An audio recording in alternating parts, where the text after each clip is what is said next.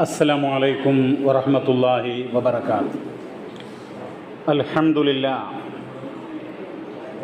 لله رب العالمين. اللهم صل وسلم وبارك وأنعم على نبينا وحبيبنا وسيدنا محمد وعلى آله الطيبين الطاهرين وعلى أزواجه الطاهرات أمهات المؤمنين وعلى من تبعهم بإحسان إلى يوم الدين. أما بعد، أعوذ بالله من الشيطان الرجيم. بسم الله الرحمن الرحيم. يا أيها الذين آمنوا اتقوا الله حق تقاته ولا تموتن إلا وأنتم مسلمون. ആദരണീയരായ കണ്ണൂർ ജില്ലയിലെ ഇസ്ലാഹി പ്രസ്ഥാനത്തിൻ്റെ കർമ്മ ഭടന്മാരെ, അള്ളാഹുവിൻ്റെ മഹത്തായ കാരുണ്യം നമ്മിലെല്ലാം സദാ വർഷിക്കുമാറാവട്ടെ. തിരുനബിയുടെ ചര്യ, അതിൻ്റെ പ്രാമാണികത, അതിൻ്റെ പ്രയോഗം, ഇതുമായി ബന്ധപ്പെട്ട ചില സംഗതികളാണ് ഈ സന്ദർഭത്തിൽ നിങ്ങളുടെ ശ്രദ്ധയിൽ കൊണ്ടുവരാനായിട്ട് ആഗ്രഹിക്കുന്നത്. ഒന്ന്, സുന്നത്ത് അത് ഇസ്ലാമിൻ്റെ രണ്ടാമത്തെ പ്രമാണമാണ് എന്ന് എല്ലാവർക്കും അറിവുള്ള കാര്യമാണ്. അത് ആയത്തോതിക്കൊണ്ട് ഈ ഒരു സദസ്സിന് മുമ്പിൽ വ്യക്തമാക്കേണ്ട കാര്യമില്ല. ഒരുപക്ഷെ എൻ്റെ മുമ്പിലിരിക്കുന്ന ആളുകൾ തന്നെ സുന്നത്ത് ഇസ്ലാമിൻ്റെ രണ്ടാമത്തെ പ്രമാണമാണ് എന്നുള്ളതിന് ശതക്കണക്കിന് വിശുദ്ധ വചനങ്ങൾ ഓതി കേൾപ്പിക്കാനുള്ള, സമർത്ഥിക്കാനുള്ള ശേഷി ഉള്ളവരാണെന്ന് ഞാൻ കരുതുകയാണ്. ഈ സന്ദർഭത്തിൽ ഒരു കാര്യം ഉണർത്തുവാനുള്ളത്, നമ്മുടെ നാട്ടിൽ മുജാഹിദ് പ്രസ്ഥാനത്തിൻ്റെ ബാനറിൽ പല ആളുകളും ഉദയം ചെയ്തിട്ടുണ്ടല്ലോ. അതിലൊരു വിഭാഗത്തിൻ്റെ നേതാവ് അബ്ദുൽ കരീം അമാനി എന്ന് പറയുന്ന ഒരു മൗലവി, അദ്ദേഹം ഖുർആനുമായി ബന്ധപ്പെട്ട ഒരു കൃതി എഴുതിയിട്ടുണ്ട്. അതിൻ്റെ 19-ാമത്തെ പേജിൽ അദ്ദേഹം രേഖപ്പെടുത്തിയിട്ടുള്ള കാര്യം, ഖുർആനും ഹദീസും അത് ഒന്നാം പ്രമാണം, രണ്ടാം പ്രമാണം എന്നിങ്ങനെ തരംതിരിക്കാൻ പാടുള്ളതല്ല. കാരണം രണ്ടും ദിവ്യ സന്ദേശങ്ങളാണ്, രണ്ടിൻ്റെയും സ്രോതസ് ഒന്നാണ്. അതുകൊണ്ട് രണ്ടും രണ്ടല്ല, രണ്ടും ഒന്നാണ്, ഖുർആൻ പോലെ തന്നെ ഉള്ള ഒന്നാണ് എന്നാണ് അദ്ദേഹം എഴുതിയത്. നിങ്ങളത് വായിച്ചാൽ, പച്ച മലയാളത്തിൽ എഴുതിയിട്ടുള്ള ആ ഭാഗം വായിച്ചാൽ അന്തം വിട്ട് സ്തബ്ധരായി പോകും. കാരണം പരിശുദ്ധ ഖുർആൻ എന്ന് പറയുന്ന അതിമഹത്തായിട്ടുള്ള ആ വിശുദ്ധ വേദഗ്രന്ഥത്തിൻ്റെ ഉന്നതമായ തലത്തിലേക്ക് ഹദീസുകളെ അദ്ദേഹം ചേർത്തിരിക്കുകയാണ്. അതുപോലെ എന്നാണ് അദ്ദേഹം പ്രയോഗിച്ചിട്ടുള്ളത്. ഇത് നമ്മുടെ ഈ കാലഘട്ടത്തിൽ, സമീപ കാലഘട്ടത്തിലുണ്ടായിട്ടുള്ള ഗുരുതരമായിട്ടുള്ള ഒരു മാർഗഭ്രംശമാണ്. കാരണം പരിശുദ്ധ ഖുർആനാണ് ഒന്നാമത്തെ പ്രമാണം. ആ ഖുർആന് സമമായിട്ടുള്ള, തുല്യമായിട്ടുള്ള ഒന്നും ആകാശത്തിന് കീഴേ ഭൂമിക്ക് മീതെ ഇല്ല എന്ന് നമ്മൾ കൃത്യമായി അറിയണമെന്ന് മാത്രമല്ല, അടിയുറച്ച് വിശ്വസിക്കണം. അതിൽ യാതൊരു സംശയവും നമ്മുടെ മനസ്സിനകത്ത് ഉണ്ടാകാനായിട്ട് പാടുള്ളതല്ല. അപ്പോൾ ഈ പരിശുദ്ധ ഖുർആൻ രണ്ടാമത്തെ പ്രമാണം സ്വഹീഹായിട്ടുള്ള തിരുസുന്നത്ത്, ഹദീസെന്നോ സുന്നത്തെന്നോ എന്ന് മാത്രം പറഞ്ഞാൽ പോരാ, സ്വഹീഹായിട്ടുള്ള എന്ന് പറഞ്ഞാൽ സ്വീകാര്യയോഗ്യമായിട്ടുള്ള ഹദീസുകൾ ഇഷ്ടം പോലെ ഉണ്ട്. എല്ലാം അള്ളാഹുവിൻ്റെ റസൂൽ സല്ലല്ലാഹു അലൈഹി വസല്ലമ പറഞ്ഞതല്ല, അവിടുന്ന് പ്രവർത്തിച്ചതല്ല. ഒരുപാട് വചനങ്ങൾ നമുക്ക് കാണാനായിട്ട് കഴിയുന്നത് കള്ള ഹദീസുകൾ. ആ ഭാഗം ഞാൻ പിന്നീട് വിശദീകരിക്കാം. ഇവിടെ എന്തുകൊണ്ട് സുന്നത്ത് ഇസ്ലാമിൻ്റെ രണ്ടാം പ്രമാണമാണ് എന്ന് എങ്ങനെയാണ് നമ്മൾ മനസ്സിലാക്കുക? നിങ്ങൾ നോക്കൂ പ്രിയമുള്ളവരെ, പരിശുദ്ധ ഖുർആൻ ചില വിഷയങ്ങൾ സംക്ഷിപ്തമായിട്ടാണ് പറഞ്ഞിട്ടുള്ളത്, വളരെ ബ്രീഫായിട്ടാണ് പറഞ്ഞിട്ടുള്ളത്. ഇപ്പോൾ ഹജ്ജിന് ആളുകൾ പോയിക്കൊണ്ടിരിക്കുകയാണ്. എത്രയോ ആളുകൾ കേരളക്കരയിൽ നിന്ന് അല്ലെങ്കിൽ ഇന്ത്യ രാജ്യത്ത് നിന്ന് ഹജ്ജിനായിട്ട് പോയിട്ടുണ്ട്. ഹജ്ജിനെ കുറിച്ച് വിശുദ്ധ ഖുർആൻ പറഞ്ഞിട്ടുണ്ട്. പക്ഷേ ഹജ്ജിൻ്റെ മർമ്മപ്രധാനമായ പല കാര്യങ്ങളും ഖുർആനിലില്ല, മറിച്ച് ഹദീസുകളിലാണുള്ളത്. ഉദാഹരണം, ഹജ്ജിൻ്റെ റുക്നുകൾ അഥവാ ഫറലുകൾ, വാജിബിന് മുകളിലുള്ള കാര്യങ്ങളാണ്. 4 അർക്കാനുകളാണ്. 1 ഇഹ്റാം, 2 അൽ വുഖൂഫു ബി അറഫ, അറഫയിൽ നിൽക്കുക, മറ്റൊന്ന് തവാഫുൽ ഇഫാദ, മറ്റൊന്ന് സഅയ്. 4 അർക്കാനുകളാണ്. ഒന്നാമത്തത് ഇഹ്റാം എന്ന് പറഞ്ഞാൽ നമ്മുടെ മനസ്സിനകത്തൊരു ചിത്രമുണ്ട്. പുരുഷന്മാരെ സംബന്ധിച്ചിടത്തോളം മീഖാത്തിൽ നിന്ന് അവർ ഞാൻ ഹജ്ജ് ചെയ്യുന്നു അല്ലെങ്കിൽ ഉംറയാണെങ്കിൽ ഉംറ ചെയ്യുന്നു എന്ന് മനസ്സിൽ കരുതി അങ്ങനെ കുളിയൊക്കെ കഴിഞ്ഞ് ആ ഒരു 2 വെള്ള വസ്ത്രം ധരിക്കുക. എല്ലാ വസ്ത്രവും തുന്നിയ വസ്ത്രങ്ങളൊക്കെ ഒഴിവാക്കി 2 വെള്ള വസ്ത്രം ധരിക്കുക. അപ്പോൾ ഇഹ്റാമിന് മീഖാത്തിൽ നിന്ന് തന്നെ പ്രവേശിക്കണമെന്ന് ഖുർആനിലില്ല. എന്ന് മാത്രമല്ല, 2 വസ്ത്രമേ ധരിക്കാവൂ. ഒന്ന് മേൽമുണ്ടാകണം, ഒന്ന് ഉടുമുണ്ടാകണം. ഇനി മേൽമുണ്ടോ? മേൽമുണ്ട് ഒന്നാമത്തെ തവാഫ് ചെയ്യുമ്പോൾ എങ്ങനെയാണ് ധരിക്കേണ്ടത്? ക്രോസ് ആയിട്ടാണ് ധരിക്കേണ്ടത്. അതായത് മേൽമുണ്ടിൻ്റെ മധ്യഭാഗം വലത് കക്ഷത്തിൽ വരികയും ഇടത് ചുമല് അതിൻ്റെ 2 അറ്റങ്ങളും ഇടത് ചുമല് മൂടുകയും ചെയ്യുന്ന രൂപത്തിലാണ്. അപ്പോൾ ഇതൊക്കെ എവിടെയാണുള്ളത്? ഹദീസുകളിലാണുള്ളത്. ഹജ്ജുമായി ബന്ധപ്പെട്ട ഒട്ടനവധി കാര്യങ്ങൾ നിങ്ങൾ ആലോചിച്ച് നോക്കൂ. അറഫയിൽ നിൽക്കുക എന്ന് പറഞ്ഞല്ലോ. അറഫ എന്ന് പറഞ്ഞപ്പോൾ മനുഷ്യ ശരീരത്തിൽ തലക്ക് എത്ര പ്രധാനമുണ്ടോ അതുപോലെയാണ് അൽ ഹജ്ജു അറഫ. ഹജ്ജിൻ്റെ മർമ്മപ്രധാനമായ ഒരു കാര്യം അറഫയാണ്. അതിനെ സംബന്ധിച്ച് ഹദീസുകളിലാണുള്ളത്. അതുപോലെ നിങ്ങൾ നോക്കൂ, ഹജ്ജിൻ്റെ വാജിബാത്തുകൾ. ഇപ്പം നിസ്സാരമായിട്ട് കല്ലെറിയാന്ന് പറയുമല്ലോ. എവിടെ കല്ലെറിയണം? ജംറകളിലാണ് എറിയേണ്ടത്. അതെവിടെയാണുള്ളത്? ഹദീസുകളിലാണുള്ളത്. ജംറകളിൽ എറിയണമെന്ന് മാത്രമല്ല, എന്നാണ് എറിയേണ്ടത്? ഹജ്ജ് ആരംഭിക്കുന്നത് 8-നാണ്. 8-ന് എറിയാൻ പറ്റുമോ? ഇല്ല. 9-ന് എറിയാൻ പറ്റുമോ? ഇല്ല. പിന്നെ എപ്പോഴെറിയുക? 10-നാണ് എറിയൽ ആരംഭിക്കൽ. എപ്പോ? 10-ന് ഹാജിമാർ മുസ്ദലിഫയിൽ നിന്നൊക്കെ മടങ്ങി സൂര്യൻ ഉദിച്ച ശേഷമാണ് ജംറയിൽ എറിയേണ്ടത്. അന്ന് എത്ര ജംറകളുണ്ട്? 3 ജംറകളുണ്ട്. പക്ഷേ 10-ന് ഒറ്റ ജംറയിൽ എറിയേണ്ടതുള്ളൂ. ഞാൻ ഹജ്ജിൻ്റെ കർമ്മങ്ങൾ വിശദീകരിക്കല്ല. അപ്പോൾ ഇതുപോലെ ഹജ്ജ് എന്നുള്ള കാര്യം മാത്രം പറയുകയും അതിൻ്റെ വിശദീകരണം ഹദീസുകളിലാണുള്ളത്. ഖുർആനിൻ്റെ ഒരു ശൈലിയാണത്. ബ്രീഫായി വളരെ സംക്ഷിപ്തമായിട്ട് ഖുർആൻ പറയുകയും അതിൻ്റെ വിശദീകരണം ഹദീസുകളിലുമാണുള്ളത്. അപ്പോൾ ഹദീസുകൾ, സ്വഹീഹായിട്ടുള്ള ഹദീസുകൾ സ്വീകരിക്കാതെ നമുക്ക് മുന്നോട്ട് പോകാൻ കഴിയില്ല. അപ്പോൾ ഹദീസുകൾ ഇസ്ലാമിൻ്റെ 2ാമത്തെ പ്രമാണമാണ്. എറിയ എന്ന് പറയുമ്പോൾ 10ാമത്തെ ദിവസം ജംറത്തുൽ അഖബ, ഒറ്റ ജംറയിൽ എറിയാൻ പറ്റുള്ളൂ. എന്നാൽ 11, 12, 13 ദിവസങ്ങളിലോ 3 ജംറകളിലും എറിയണം. എറിയാന്ന് മാത്രം പറഞ്ഞാൽ പോരാ, എത്ര കല്ലെറിയണം? 10ാമത്തെ ദിവസം എറിഞ്ഞത് പോലെയല്ല 11, 12, 13 എറിയുന്നത്.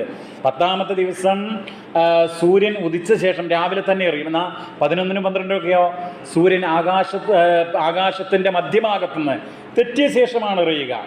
7 കല്ല് വീതം. ആ കല്ലെറിയുമ്പോൾ എങ്ങനെ എറിയണം? കൈകൾ ഉയർത്തി അല്ലാഹു അക്ബർ, അല്ലാഹു അക്ബർ എന്ന് പറഞ്ഞെറിയണം. 7 കല്ലും ഒരുമിച്ചെറിയാൻ പറ്റുമോ? ഇല്ല. അപ്പം ഇങ്ങനെയുള്ള വിശദാംശങ്ങളൊക്കെ എവിടെയാണുള്ളത്? ഹദീസുകളിലാണുള്ളത്. ആ ഹദീസുകൾ സ്വീകരിച്ചാലേ പരിശുദ്ധ ഇസ്ലാം നമുക്ക് പൂർണ്ണമായിട്ട് അനുഷ്ഠിക്കാനായിട്ട് കഴിയും. നമസ്കാരത്തിൻ്റെ കാര്യവും അങ്ങനെ തന്നെയാണ്. അതിൻ്റെ റുക്കൂ, സുജൂദ്, അത്തഹിയാത്ത്, അങ്ങനെ തക്ബീറത്തുൽ ഇഹ്റാം, സലാം, ഇങ്ങനെ വിവിധ കാര്യങ്ങൾ ഹദീസുകളിലാണുള്ളത്. അപ്പോൾ തീർച്ചയായിട്ടും അത് വേണം. ഇനി ഇത് മാത്രമല്ല, വിശുദ്ധ ഖുർആൻ നമ്മൾ പഠിക്കുകയാണെങ്കിൽ ചില വിഷയമുണ്ടല്ലോ ഉപാധിയില്ലാതെ നിരുപാധികം പറഞ്ഞതായിട്ട് കാണാം. എന്നിട്ടോ അതിനെ ഹദീസിൽ എന്ത് ചെയ്യും? ഉപാധി വെച്ചതായിട്ട് കാണാം. ഉദാഹരണം, ലളിതമായ ഉദാഹരണം എല്ലാവർക്കും മനസ്സിലാക്കാൻ വേണ്ടി കഴിയും. ഒരാൾ മരണപ്പെട്ടാൽ അയാളുടെ സ്വത്ത് എന്ത് ചെയ്യണം? അനന്തരാവകാശികൾക്ക് ഇടയിൽ വീതിക്കണം, ഭാഗിക്കണം. മനസ്സിലായല്ലോ? ഖുർആൻ അത് പറയുന്നുണ്ട്, ആർക്കൊക്കെ എത്ര ഓഹരി എന്നുള്ളത്. എത്ര ഓഹരി എന്ന് ഖുർആൻ പറയുന്നുണ്ട്. പക്ഷേ അതിനു മുമ്പ് എന്ത് ചെയ്യണം? ഈ അനന്തരാവകാശം വീതം വെക്കുന്നതിന് മുമ്പ് വസിയ്യത്ത് എന്ന് പറയുന്ന ഒരു സംഗതിയുണ്ട്. പരിശുദ്ധ ഖുർആന്റെ 4-ാം അധ്യായം സൂറത്തു നിസാ 11-ാമത്തെ വചനത്തിൽ കാണാം, മിൻ ബഅദി വസിയ്യത്തിൻ യൂസി ബിഹാ ഔ ദൈൻ. വസിയ്യത്ത് ശർആക്കപ്പെട്ട ശർഈയായ വസിയ്യത്ത് ഉണ്ടെങ്കിൽ അത് നിർവഹിച്ച ശേഷമേ അവകാശികൾക്ക് അനന്തരാവകാശം കൊടുക്കാൻ പറ്റുള്ളൂ. വസിയ്യത്തിനെ കുറിച്ച് ഖുർആൻ പറഞ്ഞു. പക്ഷേ എത്ര വസിയ്യത്ത് ചെയ്യാം? ഒരാൾക്ക് 3 കോടി അല്ലെങ്കിൽ 3 ഏക്കർ സ്ഥലമുണ്ട്, മുഴുവനായിട്ട് അയാൾക്ക് വസിയ്യത്ത് ചെയ്യാൻ പറ്റുമോ? അയാളുടെ ഭാര്യയ്ക്ക് ഉള്ള അവകാശം നിഷേധിച്ച്, മാതാപിതാക്കൾക്കുള്ള അവകാശം നിഷേധിച്ച്, മക്കൾക്കുള്ള അവകാശം നിഷേധിച്ച് എല്ലാം അങ്ങോട്ട് വസിയ്യത്ത് ചെയ്യാൻ പറ്റുമോ? ഇല്ല. 1/3 മാത്രമേ, പരമാവധി 1/3 മാത്രമേ വസിയ്യത്ത് ചെയ്യാൻ പറ്റുള്ളൂ. അപ്പോൾ അതിനെന്താണ്? ഉപാധി വെച്ചു. വിശുദ്ധ ഖുർആനിൽ പറഞ്ഞിട്ടുള്ള ഉപാധികളില്ലാതെ പറഞ്ഞൊരു കാര്യത്തിന് ഹദീസിൽ ഉപാധികൾ വെക്കുകയുണ്ടായി എന്ന് മാത്രമല്ല, പ്രിയമുള്ളവരെ, നിങ്ങൾ നോക്കൂ, ചില കാര്യങ്ങൾ ഖുർആനിൽ പരാമർശിക്കാത്ത വിഷയം ഹദീസുകളിൽ മാത്രമായി വന്നിട്ടുണ്ട്. ഒരാൾ കല്യാണം കഴിക്കാൻ, അയാൾക്ക് കല്യാണം കഴിച്ചു കൊണ്ടുവരുന്ന സ്ത്രീയുടെ പിതൃ സഹോദരി, അതുപോലെ മാതൃ സഹോദരി, അവരെ ഇവളുണ്ടായിരിക്കെ ഒരുമിച്ച് കല്യാണം കഴിക്കാൻ ഒരിക്കലും പാടില്ല. അത് നിഷിദ്ധമാണ് എന്നുള്ളത് ഹദീസിലാണുള്ളത്. അതുപോലെ തന്നെ ഇപ്പോൾ ഈ തേറ്റപ്പല്ലുള്ള മൃഗങ്ങളെ നമ്മൾ കഴിക്കാൻ പാടില്ല എന്നുള്ളത്, അല്ലെങ്കിൽ നമ്മൾ എന്ത് ചെയ്യുന്നു, സോക്സിൽ തടവുന്നുണ്ടല്ലോ, ആ വിഷയമൊക്കെ എവിടെയാണ്? ഹദീസുകളിലാണുള്ളത്. അപ്പോൾ തീർച്ചയായിട്ടും ഹദീസുകൾ ഇസ്ലാമിൻ്റെ പ്രമാണമാണ് എന്ന് നമ്മൾ ലോകത്തിന് അംഗീകരിക്കേണ്ടി വരും. അല്ലെങ്കിൽ അത് അംഗീകരിച്ച ആൾക്ക് ഒരു മുസ്ലിമാണ് എന്ന് പറയാനായിട്ട് കഴിയും. ഇങ്ങനെ ഹദീസുകൾ എന്ന് പറയുമ്പോൾ ഞാൻ സൂചിപ്പിച്ചല്ലോ, ഹദീസുകൾ ഒരുപാടുണ്ട്. ഹദീസുകൾ എന്ന് പറയുമ്പോൾ അതിൽ സ്വഹീഹായിട്ടുള്ള ഹദീസ് എന്ന് പറഞ്ഞല്ലോ, ലൈഫായിട്ടുള്ള ഹദീസുകളുണ്ട്, ഹസനായ ഹദീസുണ്ട്, അതുപോലെ തന്നെ മുൻകറായ ഹദീസുണ്ട്, മുഅല്ലലായ ഹദീസുണ്ട്, മുദർജായ ഹദീസുണ്ട്, മുൻകത്തിയായ ഹദീസുണ്ട്, മുലത്തരിബായ ഹദീസുണ്ട്, ഷാദ്ദായ ഹദീസുണ്ട്. ഒരുപാട് ഇനങ്ങളുണ്ട്. എന്താ അതൊക്കെ പറഞ്ഞ അർത്ഥം? അതിനൊക്കെ ഒരുപാട് പ്രശ്നങ്ങൾ. ഇപ്പോൾ സ്വഹീഹായ ഹദീസ് എന്ന് പറഞ്ഞാൽ സകല ന്യൂനതകളിൽ നിന്ന് മുക്തമായിട്ടുള്ള സനദും മത്തും. ഹദീസിന് 2 ഭാഗങ്ങളാണുള്ളത്. ഒന്ന് സനദ് എന്ന് പറഞ്ഞാൽ നബി സല്ലല്ലാഹു അലൈഹി വസല്ലം പറയുന്നത് ആര് കേട്ടു? ചിലപ്പോൾ ആയിഷ റളിയല്ലാഹു അൻഹ കേട്ടിരിക്കാം, ചിലപ്പോൾ അബൂ ഹുറൈറ റളിയല്ലാഹു അൻഹു കേൾക്കുക, അല്ലെങ്കിൽ അബൂബക്കർ സിദ്ദീഖോ, അല്ലെങ്കിൽ മറ്റു വല്ല അബ്ദുല്ലാഹി ഇബ്നു ഉമർ ആയിരിക്കാം. അപ്പോൾ ആര് കേട്ടു? അദ്ദേഹത്തിൽ നിന്ന് ആര് കേട്ടു? അങ്ങനെ ബുഖാരി വരെ, അല്ലെങ്കിൽ മുസ്ലിം വരെ, അല്ലെങ്കിൽ തിർമിദി വരെ, അതിൻ്റെ ആ പരമ്പരക്കാണ് സനദ് എന്ന് പറയുക. ആ സനദിൽ ഒരാൾ പോലും വിശ്വസ്തനല്ലാത്ത അല്ലെങ്കിൽ വിമർശിക്കപ്പെട്ടിട്ടുള്ള ആളുണ്ടാകാൻ വേണ്ടി പാടുള്ളതല്ല. എല്ലാവരും സത്യസന്ധന്മാരും വിശ്വസ്തന്മാരും നീതിമാന്മാരുമായിട്ടുള്ള മുസ്ലിമായിട്ടുള്ള ആളുകളായിരിക്കണം എന്നുള്ളതാണ്. അതുപോലെ ഹദീസിൻ്റെ മത്തിന്, അതിൻ്റെ ഉള്ളടക്കം, ആ ഉള്ളടക്കം എന്ന് പറയുന്നത് അത് പരിശുദ്ധ ഖുർആനിൻ്റെ തത്വങ്ങൾക്ക് അനുസൃതമായിരിക്കണം. അതുപോലെ തന്നെ ലോകത്ത് വന്നിട്ടുള്ള മുത്തവാത്തിറായിട്ടുള്ള സംഭവങ്ങൾ, അതുപോലെ ഇജ്മാ, ഇതിനൊക്കെ അനുസൃതമായിട്ടുള്ളതായിരിക്കണം. എങ്കിലേ അത് സ്വീകരിക്കാൻ പാടൂ എന്ന് നമ്മൾ മനസ്സിലാക്കുക. അങ്ങനെ ഒട്ടേറെ നിബന്ധനകളുണ്ട്. അതുപോലെ തന്നെ ഭാഷാപരമായ ശുദ്ധി ഉണ്ടായിരിക്കണം. അനുഭവങ്ങൾക്ക് എതിരാകാൻ വേണ്ടി പാടുള്ളതല്ല.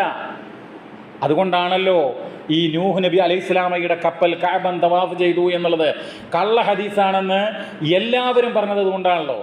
അത് ഒരിക്കലും അസംഭവ്യമായ കാര്യമാണല്ലോ. അതുപോലെ തന്നെ എത്ര സംഭവങ്ങളാണ് അനുഭവങ്ങൾക്ക് എതിരാവുന്ന കാര്യങ്ങൾ. ഒരു ഹദീസിൽ കാണാം, അൽ ബാദിൻജാനു, ബാദിൻജാൻ എന്ന് പറഞ്ഞ വഴുതനങ്ങ, അത് ഷിഫാഉം മിൻ കുല്ലി ദാ, എല്ലാ രോഗങ്ങൾക്കും ശമനമാണ് എന്ന് കാണാൻ വേണ്ടി കഴിയും വഴുതനങ്ങയെ. അപ്പോൾ അത് ഹദീസാണെന്ന് പറഞ്ഞാൽ അള്ളാഹിൻ്റെ റസൂൽ ഇത്ര വിഡ്ഢിത്തം പറയുന്നു എന്നല്ലേ? അപ്പോൾ റസൂൽ ഒരിക്കലും അങ്ങനെ പറഞ്ഞിട്ടില്ല. അത് കള്ള ഹദീസാണ്. ഇതുപോലെ ഒട്ടനവധി കാര്യങ്ങളുണ്ട്. ഒരു വചനം കാണാം, നമ്മൾ ഈ നെല്ലുണ്ടല്ലോ, നെൽച്ചെടി, അതിന് പ്രത്യേകം പറഞ്ഞ് മനസ്സിലാക്കേണ്ടി വരും ഒരു പക്ഷേ. നെൽച്ചെടി എന്ന് പറയുന്നത് ലൗകാനൽ അറുസു റിജാലൻ ലകാന ഹലീമ, അത് ഒരു വ്യക്തിയായിരുന്നുവെങ്കിൽ വിവേകമുള്ളതായി മാറുമായിരുന്നു എന്ന് കാണാൻ വേണ്ടി കഴിയും. അപ്പോൾ ഇതൊക്കെ എന്താണ്? പ്രവാചകൻ്റെ അന്തസ്സിന്, ഒരു പ്രവാചകൻ്റെ ഒരു മൊഴിയായിട്ട്, ഒരു വചനമായിട്ട് ഒറ്റയടിക്ക് തന്നെ നമുക്ക് സ്വീകരിക്കാൻ കൊള്ളാവുന്നതല്ല എന്ന് ബോധ്യമാകും. അതുപോലെ തന്നെ പ്രിയമുള്ളവരെ, മറ്റൊരു വചനം കാണാം. ഇതൊക്കെ മൗലൂ ആയിട്ടുള്ള കള്ള ഹദീസുകളാണ്. എന്താണ് സംഭവം? ഒരാൾ നബിയുടെ അടുക്കൽ വന്നു എന്നിട്ട് അന്നഹു ഷക ഇലൈഹി ഖില്ലത്തൽ വലദ്, എനിക്ക് കുഞ്ഞുങ്ങളൊന്നുമില്ല, വളരെ കുറച്ച് സന്താനങ്ങൾ മാത്രമേ ഉള്ളൂ. അപ്പോൾ നബി എന്ത് ചെയ്തു? ഫഅമറഹു ബിഅഖ്ലിൽ ബസ്വൽ, അദ്ദേഹത്തോട് ഈ സവാള കഴിക്കാൻ വേണ്ടി പറഞ്ഞു, കുഞ്ഞുങ്ങളുണ്ടാകാനേ. അത് ഹദീസാണോ? ഹദീസുൻ മൗലൂഉൻ, കള്ള ഹദീസാണ്. മൗലൂ എന്ന് പറഞ്ഞാൽ അള്ളാഹിൻ്റെ റസൂലിൻ്റെ മേൽ പിന്നെ മനഃപൂർവ്വം കള്ളം ചമച്ചുണ്ടാക്കിയിട്ടുള്ള വചനം എന്നുള്ളതാണ്. ഇതുപോലെ തന്നെ പ്രിയമുള്ളവരെ, ലാ യദ്ഖുലു വലദുസ്സിന അൽ ജന്ന, വ്യഭിചാരപുത്രൻ സ്വർഗത്തിൽ പ്രവേശിക്കുകയില്ല. വ്യഭിചാരത്തിലൂടെ ഒരു കുഞ്ഞുണ്ടായാൽ ആ കുഞ്ഞ് സ്വർഗത്തിൽ പ്രവേശിക്കൂലെന്നാ. അത് സത്യത്തിനോ ന്യായത്തിനോ നിരക്കുന്നതാണോ? എന്ന് മാത്രമല്ല, വലാ ഷൈഉം മിൻ നസ്ലിഹി ഇലാ സബ്അതി ആബാ, അവൻ്റെ 7 തലമുറകൾ സ്വർഗത്തിൽ പ്രവേശിക്കൂലെന്നാ. ഇതെവിടെയാണുള്ളത്? ഇത് മഹാനായിട്ടുള്ള ഇമാം തുബറാനി തൻ്റെ ഔസത്തിൽ ഉദ്ധരിച്ചിട്ടുള്ള വചനമാണ്. പക്ഷേ ഇത് ദുർബലമായ ഖുർആനിൻ്റെ തത്വങ്ങൾക്ക് വിരുദ്ധമായിട്ടുള്ള വചനമാണ്. കാരണം പരിശുദ്ധ ഖുർആനിലെ സൂറത്തു അൻആമിലെ 164-ാമത്തെ വചനം, വലാ തസിറു വാസിറത്തുൻ വിസ്റ ഉഖ്റാ, ഒരാളും മറ്റൊരാളുടെ പാപഭാരം വഹിക്കുകയില്ല എന്നുള്ള ഖുർആനിൻ്റെ ആവർത്തിച്ചിട്ടുള്ള ഒരു പ്രഖ്യാപനമാണത്. ഈ വചനം ഉണ്ടല്ലോ, ഒരാളുടെ പാപഭാരവും മറ്റൊരാൾ വഹിക്കൂലാന്ന് അൻആമിൽ മാത്രമല്ല നഹലിൽ കാണാം, നജ്മിൽ കാണാം. അപ്പം ആ തത്വത്തിനെതിരാണത്. അപ്പോൾ നിങ്ങൾ നോക്കൂ, ഇങ്ങനെയുള്ള വചനമൊന്നും സഹീഹല്ല. മറ്റൊരു വചനം കാണാം നിങ്ങൾക്ക്. ഹദീസ് എന്ന് പറയുമ്പോഴുണ്ടല്ലോ, ഇന്നിപ്പോൾ നമ്മുടെ സമൂഹത്തിൽ പല ആളുകളും ഹദീസ് എന്ന് പറഞ്ഞാൽ ഖുത്ബക്ക് പോലും, വെള്ളിയാഴ്ച പരിശുദ്ധമാക്കപ്പെട്ട മിമ്പറിൽ നടത്തുന്ന ഖുത്ബക്ക് പോലും ദുർബലമായ ഹദീസുകൾ മനഃപൂർവ്വം ഉദ്ധരിക്കുന്ന വിഭാഗം കേരളക്കരയിൽ സലഫി പ്രസ്ഥാനം എന്ന് പറഞ്ഞുകൊണ്ട് നടക്കുന്നുണ്ട്. അതായത് ഖതീബുമാരുടെ ഗ്രൂപ്പിൽ ഈ നോട്ടുകൾ വരും. അപ്പോൾ എന്നെ അവരുടെ ഒരു ഗ്രൂപ്പിൽ ചേർത്തിട്ടുണ്ട്. അപ്പോൾ ഈ നോട്ട് വന്നപ്പോൾ ഞാൻ നോക്കിയതാ, അതിൽ ദുർബലമായ ഹദീസ്, ബ്രാക്കറ്റിൽ ഹദീസും വഈഫും, അത് മിമ്പറിൽ വെച്ച് ജുമാ ഖുത്ബക്ക് പറയാൻ വേണ്ടിയിട്ട് നോട്ട് കൊടുത്തിരിക്കുകയാണ്. നമ്മുടെ കേരള നദ്വത്തുൽ മുജാഹിദീൻ മർക്കസുദ് ദഅവ എന്ന് പറയുന്ന നമ്മുടെ പ്രസ്ഥാനത്തിൻ്റെ നയം എന്താണ്? കള്ള ഹദീസുകളും ദുർബലമായ ഹദീസുകളും ഖുർആൻ വിരുദ്ധ ഹദീസുകളും അത് നമ്മൾ ജനങ്ങളെ പിന്നെന്തിയില്ല പഠിപ്പിക്കൂല. അത് തെറ്റാണെന്ന് പറയാൻ പഠിപ്പിക്കുക എന്നുള്ളതല്ലാതെ ഇത് മൗലൂ ആയ ഹദീസാണ്, ഇത് ദുർബലമായ ഹദീസാണ് എന്നിങ്ങനെ പറയാനല്ലാതെ നിങ്ങൾ ഇതിൻ്റെ അടിസ്ഥാനത്തിൽ കർമ്മങ്ങൾ ചെയ്തോളൂ, ഇതൊക്കെ ശരിയാണ് എന്നുള്ള ആ കാര്യത്തിന് പഠിപ്പിക്കൂല. അതാണ് നമ്മുടെ പ്രസ്ഥാനത്തിൻ്റെ പ്രത്യേകത. നിങ്ങൾ നോക്കൂ, ഈ ദുനിയാവുണ്ടല്ലോ, ഈ ദുനിയാവിൻ്റെ ആയുസ് എന്ന് പറയുന്നത് 70,000 വർഷമാകുന്നു എന്ന് പറഞ്ഞിട്ടൊരു വചനമുണ്ട്. പിന്നെ അത്രയും വർഷം എന്ന് മാത്രമല്ല, അതിൻ്റെ അവസാനത്തെ 1000-ലാണ് ഞാൻ എന്ന് റസൂലുള്ള പറഞ്ഞു. ദുനിയാവിൻ്റെ ആയുസ്സിൻ്റെ അവസാനത്തെ 1000-ലാണ് ഞാൻ ജീവിക്കുന്നത്. ഇതെവിടെയാ? അഖ്റജഹുൽ ബൈഹഖി ഫി ദലാഇൽ, അദ്ദേഹത്തിൻ്റെ ദലാഇലുൻ നുബുവ എന്ന് പറയുന്ന ഗ്രന്ഥത്തിൽ വന്നിട്ടുള്ളൊരു വചനമാണ്. പക്ഷേ ഇതെന്താണ്? ഖുർആനെതിരാണ്. ഖുർആൻ എന്താ പറയുന്നത്? യസ്അലൂനക അനിസ്സാഅതി അയ്യാന മുർസാഹാ, ഖിയാമത്ത് നാൾ എന്ന് സംഭവിക്കുമെന്ന് അവർ നിന്നോട് ചോദിക്കുന്നു എന്നുള്ളത്. അതിൻ്റെ അറിവാർക്കുള്ളത്? റബ്ബിന് മാത്രം. അപ്പോൾ ആ വചനങ്ങൾക്കെതിരാണ്. അതുപോലെ പ്രിയമുള്ളവരെ, മുഹമ്മദ് നബി സല്ലല്ലാഹു അലൈഹി വസല്ലം, നല്ല പേരാണ് മുഹമ്മദ് എന്നുള്ളത്. ആ മുഹമ്മദ് എന്ന് ആർക്കെങ്കിലും പേരിട്ടാൽ അവൻ നരകത്തിൽ പ്രവേശിക്കുകയില്ല എന്ന് പറഞ്ഞിട്ട് വചനമുണ്ട്. അത് സ്വീകരിക്കാൻ പറ്റുമോ? എന്നാൽ അപ്പോൾ എല്ലാവർക്കും മുഹമ്മദ് എന്ന് പേരിട്ടാൽ പോരെ, ഒക്കെ സ്വർഗത്ത് പോകൂലേ? അപ്പം ഇങ്ങനെയുള്ള കുറേ വചനങ്ങളുണ്ട്. അപ്പം അതെന്താ? ഹദീസുകളെന്ന് പറഞ്ഞിട്ട് കേൾക്കുമ്പോഴേക്ക് നമ്മൾ ചാടി വീണത് സ്വീകരിക്കാൻ പാടില്ല. അതിൻ്റെ മതന് എന്ന് പറഞ്ഞാൽ അതിൻ്റെ ഉള്ളടക്കം അത് പരിശോധിക്കണം, അതിൻ്റെ സനദ് പരിശോധിക്കണം. എന്താ? നിങ്ങൾ നോക്കൂ, ഹദീസുകളുടെ ഇപ്പോൾ വിശുദ്ധ ഖുർആൻ എന്ന് പറയുന്നത് സൂറത്തുൽ ഫാത്തിഹ മുതൽ സൂറത്തുൻ നാസ് വരെ അള്ളാഹുവിൻ്റെ റസൂലിൻ്റെ കാലഘട്ടത്തിൽ തന്നെ നമുക്കറിയാം ആ 114 അധ്യായങ്ങൾ അത് ക്രോഡീകരിക്കപ്പെട്ടിട്ടുണ്ട്. എന്നാൽ ഹദീസുകളോ ഹദീസുകൾ 2-ാം നൂറ്റാണ്ടിൻ്റെ മധ്യപകുതിയിലാണ് വ്യവസ്ഥാപിതമായിട്ട് അത് ക്രോഡീകരണം നടത്തപ്പെടുന്നത് എന്നുള്ളതാണ്. അതുമായി ബന്ധപ്പെട്ട് നിരവധി കാര്യങ്ങൾ നിങ്ങൾ നോക്കൂ. അള്ളാഹിൻ്റെ റസൂൽ പറഞ്ഞിട്ടുള്ള കാര്യം സഹീഹ് മുസ്ലിമിൽ കാണാം. ലാ തക്തുബു അന്നി, നിങ്ങൾ എന്നിൽ നിന്ന് ഒന്നും എഴുതി വെക്കരുത്. വമൻ കതബ അന്നി ഗൈറൽ ഖുർആൻ ഫൽയംഹു, ഖുർആൻ അല്ലാത്ത വല്ലതും നിങ്ങൾ എന്നിൽ നിന്ന് എഴുതി വെച്ചാൽ അത് മായ്ക്കുവിൻ എന്ന് റസൂലുള്ളാഹി പറഞ്ഞു എന്നാ സല്ലല്ലാഹു അലൈഹി വസല്ലം. പക്ഷേ അപൂർവം ഒരു 3-4 സന്ദർഭങ്ങളിൽ പ്രവാചകൻ്റെ വചനങ്ങൾ എഴുതി വെക്കാൻ പ്രവാചകൻ അനുവാദം കൊടുത്തിട്ടുണ്ട്. അതിലൊന്ന് മക്ക വിജയ ദിവസം യമനിൽ നിന്ന് വന്നിട്ടുള്ള ഒരാൾക്ക് പ്രവാചകൻ്റെ പ്രസംഗം എഴുതി വെക്കാനായിട്ടുള്ള അനുവാദം കൊടുത്തു. അതുപോലെ തന്നെ അംർ ഇബ്നു ആസ് റളിയല്ലാഹു അൻഹു, അദ്ദേഹത്തിന് ചില കാര്യങ്ങൾ എഴുതി വെക്കാനായിട്ട് അനുവാദം കൊടുത്തു. അനസ് ഇബ്നു മാലിക് റളിയല്ലാഹുവിന് അനുവാദം കൊടുത്തു. സമ്റത്ത് ഇബ്നു ജുൻദുബ് റളിയല്ലാഹുവിന് എഴുതാൻ അനുവാദം കൊടുത്തു. ഇതൊഴികെ പ്രവാചകൻ്റെ കാലശേഷമോ കാലം കഴിഞ്ഞ ഉടനെയോ ഇതൊക്കെ രേഖപ്പെടുത്തിയിട്ടുള്ള സംഭവങ്ങൾ ഉണ്ടായിട്ടില്ല. അബ്ദുല്ലാഹി ബിൻ അബ്ബാസ് റളിയല്ലാഹു അൻഹുമ, അദ്ദേഹം ഇത് ഹദീസുകളൊക്കെ രേഖപ്പെടുത്താനായിട്ടുള്ള ആലോചനകൾ നടത്തിയതായിട്ട് മഹാനായിട്ടുള്ള താരീഖു തദ്വീരി സുന്ന അഥവാ സുന്നത്തിൻ്റെ ക്രോഡീകരണ ചരിത്രം എന്ന് പറയുന്ന ഗ്രന്ഥത്തിൽ വന്നിട്ടുണ്ട്. അതുപോലെ തന്നെ ഉമർ ഇബ്നുൽ ഖത്താബ് റളിയല്ലാഹു അൻഹു, അദ്ദേഹം ഹദീസുകൾ രേഖപ്പെടുത്തി വെക്കുവാൻ ക്രോഡീകരിക്കുവാനായിട്ട് ആ ഒരു ചിന്തകൾ കൊണ്ട് നടന്നു. പക്ഷേ അവസാനം അത് ഉപേക്ഷിച്ചു എന്നാണ്. കാരണം ആളുകൾ ആ ഹദീസിലെ പ്രയോഗം എന്താ അറിയോ? മുസന്നഫ് അബ്ദുർ റസാഖിൽ കാണാം,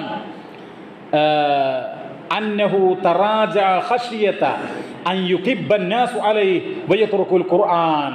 ഹദീസുകൾ എഴുതി വെക്കാനായിട്ട് എൻ്റെ ഈ ആഗ്രഹം അത് നടപ്പായി കഴിഞ്ഞാൽ ജനങ്ങൾ ഖുർആനൊക്കെ ഒഴിവാക്കിയിട്ട് ഹദീസിൽ അങ്ങോട്ട് വ്യാപൃതരാകും, അതിൽ അങ്ങോട്ട് വീഴും എന്ന് ഭയപ്പെട്ടു. അതുകൊണ്ട് ആ ശ്രമം ഉപേക്ഷിച്ചു എന്നുള്ളതാണ്. പിന്നെ എപ്പോഴാണ് തുടങ്ങിയത്? അമവി ഭരണാധികാരിയായിരുന്ന ഉമർ ഇബ്നു അബ്ദുൽ അസീസ് റളിയല്ലാഹു അൻഹുവിൻ്റെ കാലഘട്ടത്തിലാണ് അദ്ദേഹമാണ് കൽപ്പന നടത്തിയത് എന്നുള്ളതാണ്. അപ്പോൾ ആ കാലമൊക്കെ ആകുമ്പോഴേക്കും ആളുകൾക്കിടയിൽ പലതരം പ്രശ്നങ്ങൾ ഉടലെടുത്തിട്ടുണ്ട്. അപ്പോൾ പലതരം താല്പര്യങ്ങൾക്ക് അനുസൃതമായിട്ട് പ്രവാചകൻ്റെ പേരിൽ വചനങ്ങൾ ഉണ്ടാക്കി എന്നുള്ളതാണ്. അപ്പോൾ നമ്മൾ മനസ്സിലാക്കേണ്ടത് പ്രവാചകൻ്റെ പേരിലുള്ള വചനങ്ങൾ, ഹദീസുകൾ അത് ഖുർആൻ പോലെയല്ല. അത് കേൾക്കുമ്പോൾ നമ്മൾ നല്ലവണ്ണം ആലോചിക്കണം, അത് നബിയുടെ വചനമാണോ എന്നുള്ളത്. നിങ്ങൾ നോക്കൂ, ഇപ്പോൾ ഒന്നാമത്തെ ഒരു ഹദീസിൻ്റെ ഗ്രന്ഥം എന്ന് പറയുന്നത് മഹാനായിട്ടുള്ള ഇമാം മാലിക് റഹ്മഹുള്ളയുടെ മുവത്വ എന്ന് പറയുന്ന ഗ്രന്ഥമാണല്ലോ. അദ്ദേഹം ഹിജ്റ 93 ജന്മം കൊള്ളുകയും ഹിജ്റ 179 മരണമടയുകയും ചെയ്തിട്ടുള്ള പണ്ഡിതനാണ്. അപ്പോൾ അതാണ് ഹദീസ്, ഒരു വ്യവസ്ഥാപിതമായി രേഖപ്പെടുത്തപ്പെട്ട ഗ്രന്ഥം. ആ ഗ്രന്ഥകാരൻ്റെ കാലയളവ് നമ്മൾ ആലോചിക്കുക. നബി എപ്പോഴാണ് വഫാത്താകുന്നത്? ഹിജ്റ 10 കഴിഞ്ഞ് 11 ആരംഭത്തിൽ റബീഉൽ അവ്വൽ 12-നാണ് നബി വഫാത്താകുന്നത്. ഇമാം മാലിക് റഹ്മത്തുള്ളാഹി ജനിക്കുന്നത് എപ്പോഴാണ്? ഹിജ്റ 93-ലാണ്. ഇനി നമ്മൾ എപ്പോഴും ബുഖാരി എന്ന് പറയാറുണ്ടല്ലോ. ഇമാം ബുഖാരി റഹിമഹുല്ലാഹ് അദ്ദേഹം മരണമടയുന്നത് ഹിജ്റ 256-ലാണ്. അദ്ദേഹത്തിൻ്റെ ഹദീസ് ഗ്രന്ഥത്തിൽ എത്ര ഹദീസുകളാണുള്ളത്? 7500 ചില്ലാനം ഹദീസുകളാണ്. അത് ആവർത്തിക്കപ്പെടുന്നത്. ചില വചനങ്ങളൊക്കെ 4 തവണ ഉണ്ട്, ചില വചനങ്ങൾ 3 തവണ ഉണ്ട്, ചിലത് 2 തവണ ഉണ്ട്. ആവർത്തിക്കാതെ ഒരു 2500ഓളം ഹദീസുകളാണുള്ളത് എന്ന് ഇബ്നു ഹജർ അൽ അസ്ഖലാനി റഹിമഹുല്ലാഹ്, അതായത് ബുഖാരിയുടെ ഏറ്റവും പ്രസിദ്ധമായിട്ടുള്ള വ്യാഖ്യാന ഗ്രന്ഥമായിട്ടുള്ള ഫതുൽ ബാരിയുടെ കർത്താവ്, അതാണ് മഹാനായിട്ടുള്ള ഇബ്നു ഹജർ അൽ അസ്ഖലാനി റഹിമഹുല്ലാഹ്, അദ്ദേഹം രേഖപ്പെടുന്ന അങ്ങനെയാണ്. ആ ഇമാം ബുഖാരി റഹിമഹുല്ലയെ കുറിച്ച് താരീഖു ദിമഷ്ക് എന്ന് പറയുന്ന ഗ്രന്ഥത്തിൽ രേഖപ്പെട്ട് കിടക്കുന്ന കാര്യം എന്താ പറയുക? മഹാനായിട്ടുള്ള ഇമാം ബുഖാരി റഹിമഹുല്ലാഹ് 16 വർഷം ഈ ഹദീസുകളുടെ ക്രോഡീകരണത്തിനായിട്ട്, അത് ശേഖരിക്കാനായിട്ട് അതിൻ്റെ പുറകെ ശ്രമം നടത്തി എന്നുള്ളതാണ്.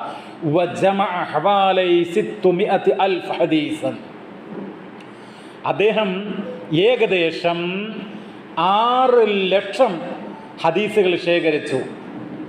6 ലക്ഷം ഹദീസുകൾ. അതിന്നാണ് ഈ 2500 അല്ലെങ്കിൽ ആവർത്തനം ഉൾപ്പെടെ 7500 ഹദീസുകൾ. അപ്പോൾ അദ്ദേഹം എത്ര ഹദീസുകൾ ഒഴിവാക്കി നിങ്ങൾ ആലോചിച്ച് നോക്കൂ. 6 ലക്ഷം മൈനസ് 7500 ആ ഹദീസുകളൊക്കെ അദ്ദേഹം ഒഴിവാക്കുകയാണ്. എന്താ കാരണം? അത്രമാത്രം കള്ള ഹദീസുകളും ദുർബല ഹദീസുകളും പോരായ്മകളും ന്യൂനതകളും വീഴ്ചകളും ഉള്ള വചനങ്ങൾ എമ്പാടും അദ്ദേഹം കണ്ടു എന്നുള്ളത് കൊണ്ടാണ്. മനസ്സിലായല്ലോ?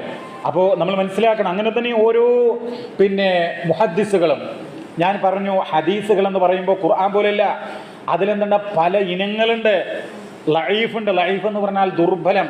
അത് അതിൻ്റെ പരമ്പര കൊണ്ട് ദുർബലമായതാകാം, അതിൻ്റെ ഉള്ളടക്കം കൊണ്ട് ദുർബലമായതാകാം. അതുപോലെ തന്നെ നിങ്ങൾ നോക്കൂ, മുൻകറായിട്ടുള്ള ഹദീസുകൾ, മുൻകറായിട്ടുള്ള വെറുക്കപ്പെട്ട ഹദീസുകൾ. അതായത് ഇപ്പോൾ ഈ തമ്രുണ്ടല്ലോ, തമ്ര എന്ന് പറഞ്ഞ കാരക്ക, നബി പറഞ്ഞു കുലു അൽ ബൽഹ ബി തമ്ര, ഒരു പ്രത്യേകതരം ഈ കാരക്ക നിങ്ങൾ കഴിക്കുക, അത് കഴിച്ചാൽ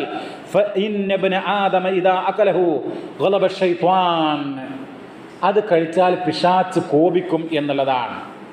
ഇത് ഇമാം നസായിയുടെ സുന്നിലുള്ള വചനമാണ്, പക്ഷേ അത് മുൻകറായിട്ടുള്ള വചനമാണ്. അതുപോലെ മുർസലായിട്ടുള്ള വചനമുണ്ട്. എന്താ മുർസൽ എന്ന് പറഞ്ഞാൽ? ഹദീസിൻ്റെ പരമ്പരയിൽ താബിഈന് ശേഷം മുറിഞ്ഞു പോയിട്ടുള്ള, സ്വഹാബിയെ നഷ്ടപ്പെട്ടുള്ള ഒരു വചനത്തിനാണ് എന്ത് പറയുക, മുർസൽ എന്ന് പറയുക. അതുപോലെ മൗഖൂഫ് എന്ന് പറഞ്ഞാൽ എന്താ? മൗഖൂഫായ ഹദീസ് എന്ന് പറഞ്ഞാൽ അതിൻ്റെ പരമ്പര സ്വഹാബിയിൽ അവസാനിക്കുന്നത്. മൗഖൂഫ്, വഖഫ് ചെയ്യപ്പെട്ടത്, സ്വഹാബിയിൽ അവസാനിക്കുന്നത്. അതുപോലെ മുഅല്ലലായ ഹദീസ്, മുഅല്ലലായ ഹദീസ് എന്ന് പറഞ്ഞാൽ പരമ്പരയിൽ നിന്ന് ഇസ്നാനി ഔ അക്സർ, 2ഓ അതിലധികമോ റാവിമാർ, നിവേദക പരമ്പരയിലുള്ള ആളുകൾ നഷ്ടപ്പെട്ടത്, അതിനാണെന്ത് പറയുക, മുൻകത്ത് എന്ന് പറയുക. അതുപോലെ തന്നെ മുദ്റജ്, മുദ്റജ് എന്ന് പറഞ്ഞാലേ നബിയുടെ വചനം, അതിൻ്റെ കൂടെ ഒരു വ്യക്തിയുടെ വചനം കൂടെ കൂട്ടിക്കലർത്തിയിട്ടുള്ളത്, അതിനാണ് മുദ്റജ് എന്ന് പറയുക. അങ്ങനെയൊക്കെയുള്ള ഹദീസുകളുണ്ട്. ഇപ്പോൾ വളരെ അർത്ഥവത്തായ നല്ലൊരു പ്രാർത്ഥനയാണത്. നമ്മൾ ഇമാം ബുഖാരിയിലെ 3ഓ 4ഓ വട്ടം വന്നിട്ടുണ്ട്. ഏത്? ഇപ്പം നമ്മൾ പ്രാർത്ഥിക്കാറുണ്ടല്ലോ, അല്ലാഹുമ്മ ഇന്നി അഊദു ബിക മിൻ ജഹ്ദിൽ ബലാ വ ദറക്കി ശഖാ വ ശമാതത്തിൽ ആദാ വ സൂഇൽ ഖലാ. അതിൻ്റെ പദങ്ങൾ അങ്ങോട്ടും ഇങ്ങോട്ടും വ്യത്യാസമായിട്ടുണ്ട്. ആ ഹദീസ് മുദ്റജായ ഹദീസാണെന്ന് പറയുന്നത്. കാരണം അതിൽ 3 കാര്യങ്ങൾ പറഞ്ഞിട്ട് ഷക്റാവി, നിവേദക പരമ്പരയിലുള്ള ആളുകൾക്ക് സംശയം ഉണ്ടായി, 4ാമത് പറഞ്ഞോ ഏതാണ് പറഞ്ഞത് എന്നുള്ളത്. അത് ബുഖാരിയിൽ തന്നെയുണ്ട്. അപ്പോൾ ഇതിനർത്ഥം ഈ പ്രാർത്ഥന പ്രാർത്ഥിക്കേണ്ടെന്നല്ല കേട്ടോ, നല്ല പ്രാർത്ഥനയും പ്രാർത്ഥിക്കാം. പക്ഷേ ആ ഹദീസിൻ്റെ ഹുക്കും എന്താ? അത് ഏത് ഇനത്തിലാണ് വിടുക? മുദ്റജായ ഹദീസ് എന്നാണ്. എന്തുകൊണ്ടാണ് ഞാൻ പ്രാർത്ഥിക്കണം എന്ന് പറഞ്ഞത്? അർത്ഥവത്തായ പ്രാർത്ഥന ആയതുകൊണ്ടാണ്. ശ്രദ്ധിക്കുക. ഇതുപോലെ മൗദൂ, അത് നമ്മൾ പറഞ്ഞു, കള്ളം ചമച്ചുണ്ടാക്കിയത്. മുളുത്തരിവ് എന്ന് പറഞ്ഞാൽ എന്താ? പരസ്പരം വൈരുദ്ധ്യം നിറഞ്ഞ, കൂട്ടി യോജിപ്പിക്കാൻ കഴിയാത്ത വണ്ണം 2 ധ്രുവങ്ങളിൽ നിൽക്കുന്ന അങ്ങനെയുള്ള ഹദീസുകൾക്ക് ആ മുളുത്തരിബായ ഹദീസ് എന്ന് പറയാം. ഷാദ്ദായ ഹദീസ് എന്ന് പറഞ്ഞാൽ കുറേ ഒരേ ആശയത്തിലുള്ള ഹദീസുകൾക്ക് വിരുദ്ധമായിട്ടുള്ള ഒറ്റപ്പെട്ട ഹദീസുകൾക്കാണ് ഷാദ്ദായ ഹദീസ് എന്ന് പറയുക. അപ്പോൾ ഇതിലൊക്കെ ഉദാഹരണങ്ങളുണ്ട്. ഞാനത് ഈ സന്ദർഭത്തിൽ സമയദൈർഘ്യം ഭയന്നുകൊണ്ട് അത്തരം കാര്യങ്ങളിലേക്ക് പോകുന്നില്ല. ഇനിയോ ഹദീസുകൾ സുന്നത്തല്ലാത്ത അഥവാ പ്രതിഫലാർഹമല്ലാത്ത അങ്ങനെയുള്ള ചില ഹദീസുകളുണ്ട്.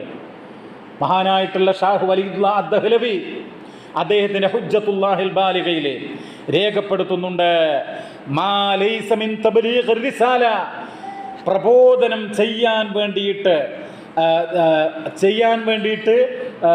പാടില്ലാത്ത, അതല്ലെങ്കിൽ അതിനാവശ്യമില്ലാത്തതായിട്ടുള്ള വചനങ്ങളുണ്ട്. അതിൽപ്പെട്ടതാണ് ഇത്. ഈ ഈത്തപ്പനയുടെ പരാഗണം എന്ന് പറയുന്ന സംഭവം ഉണ്ടല്ലോ, അത് സഹീഹ് മുസ്ലിമിൽ 2363 വചനമാണ്. അതിൽ ആ സംഭവം നിങ്ങൾക്ക് എല്ലാവർക്കും അറിയാം. നബി സല്ലല്ലാഹു അലൈഹി വസല്ലം ഒരിക്കൽ ഇങ്ങനെ പോകുമ്പോൾ ആളുകളുണ്ട്, മർറ ബി ഖൗമിൻ, ഒരു ജനവിഭാഗത്തിൻ്റെ അടുക്കിലൂടെ റസൂൽ പോവുകയാണ്. യുലഖിഹൂന, അവരെന്ത് ചെയ്യുന്നു? ഈത്തപ്പനക്ക് പരാഗണം നടത്തിക്കൊണ്ടിരിക്കുകയാണ്. അപ്പോൾ റസൂൽ പറഞ്ഞു, ഫഖാൽ ലൗ ലം തഫ്അലൂ ലസലുഹ, അതായത് നിങ്ങൾ എങ്ങനെ ചെയ്തിട്ടില്ലെങ്കിലും ഈത്തപ്പഴമൊക്കെ ഉണ്ടാവുമെന്ന് പറഞ്ഞു. നബിയാണ് പറയുന്നത്. അപ്പോൾ അവരെന്ത് ചെയ്തു? ആ കൊല്ലം അങ്ങനെ പരാഗണം നടത്തിയില്ല. അപ്പോൾ പിറ്റത്തെ വർഷം ഒന്നും കാര്യമായിട്ടൊന്നും ഇത് ഈത്തപ്പഴം ഉണ്ടായില്ല. ആ സന്ദർഭത്തിൽ റസൂലുള്ളാഹിനോട് പറഞ്ഞപ്പോൾ ആളുകൾ പറഞ്ഞു, കുൽ തക്കഥാ ബക്കഥ, നബി നിങ്ങളല്ലേ അങ്ങനെ ഇങ്ങനെയൊക്കെ പറഞ്ഞത്, എന്നിട്ടല്ലേ ഞങ്ങളിങ്ങനെ പരാഗണം ചെയ്യാതിരുന്നത്. അപ്പോൾ റസൂൽ പറഞ്ഞു, ഖാല അൻതും അഅലമു ബി അംരി ദുനിയാകും, നിങ്ങളാണ് ദുനിയാവിൻ്റെ കാര്യത്തിൽ എന്നേക്കാൾ കൂടുതൽ അറിയുന്നവർ. അപ്പോൾ അല്ല നബി അല്ലേ പറഞ്ഞിട്ടുള്ളവരുടെ ഇന്നും ഈ പരാഗണം ചെയ്യുന്നത് ഒഴിവാക്കിയാലോ എന്തായിരിക്കും അവസ്ഥ? നമ്മൾ ആലോചിക്കണം. അപ്പോൾ അങ്ങനെയുള്ള ചില വചനങ്ങളുണ്ട്. ആധുനിക ഇസ്ലാമിക പണ്ഡിതനായിട്ടുള്ള ഇബ്നു ഉസൈമീൻ റഹിമഹുല്ല പറയുന്ന ഒരു കാര്യമുണ്ട്.